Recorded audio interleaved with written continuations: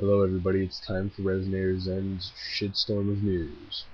First story involves Iran's president, Mahmoud Ahmadinejad. First time I actually got that right. And he inaugurated the country's first nuclear fuel production plant. And people say that he made a defiant speech. Ahmadinejad said Iran was open to offer fresh talks with world powers, but only if they were based on justice and respect.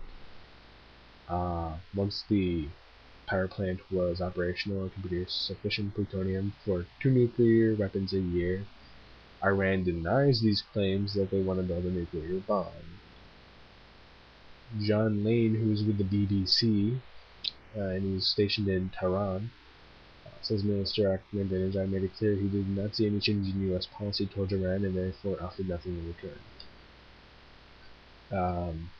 Mr. Ahmadinejad said, I quote, "The Iranian nation has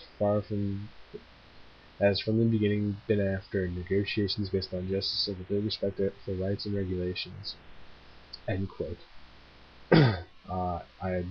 New quote. One-sided negotiations, conditional negotiations, negotiations in an atmosphere of threat are not something that any free person would accept. End quote. I'm going to paraphrase the remaining part of the article. The U.S. State Department responded, more specifically Robert Wood of the U.S. State Department, and it said that the ball's in Ahmadinejad's court for direct talks with him. Mr. Wood said, and I quote, "We want to engage Iran, and we have said so very clearly and publicly, and so we wait for Iran to reciprocate." Ahmadinejad said Iran had tested 2 new types of centrifuge with higher capacities at a uranium enrichment plant in Natanz. Nuclear chief Gholam Reza Aghazadeh, sorry if I pronounced that wrong, said Iran has increased the number of centrifuges it is running at the plant to 7,000 from 6,000 in February. It is verified that that's a significant step forward. John Lane reports, though the last report from international inspectors said Iran had less than 4,000 working centrifuges. Hillary Clinton, the U.S. Secretary of State, cast doubt on Iranian claims of major progress. That's really good. Piss off people who might have nuclear ambitions. And Mrs. Clinton said, and I quote, "We don't know what to believe about the Iranian program. We've heard many different assessments and claims over a number of years." And she said that in a news conference in Washington. The inauguration of the plant in Isfahan shifts attention to a parallel program to Iran's uranium enrichment activities. The BBC diplomatic correspondent Jonathan Marcus reports. I'm sorry if I'm rambling on, but I'm just reading the article word for word, more or less.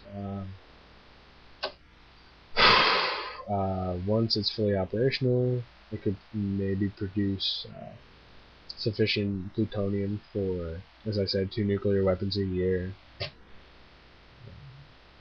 Saying if they chose to separate the plutonium from the reactor spent for fuel.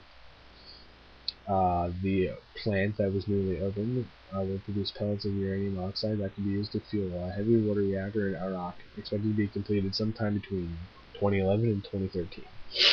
It signals Iran has reached the final stage in the nuclear fuel cycle, some analysts say. The move came as Tehran considered an offer by 6 world powers, including the United States, to take part in fresh talks on the crisis. Russia and China, trading partners of Iran, have urged Tehran to accept the invitation. So those are my 2 stories from the shitstorm nation of everywhere. And I'll put the 2 links in the description, so you can go read the article that I basically read verbatim, on both accounts. But I'll put the links up anyway so you can go and read them. Comment on how you think the situation could affect us, how it couldn't affect us, if you think Iran should have nuclear aspirations. If you think they're gonna make nuclear weapons, if you don't think. But that's all I really gotta say. Peace, love, harmony, and make up your own mind.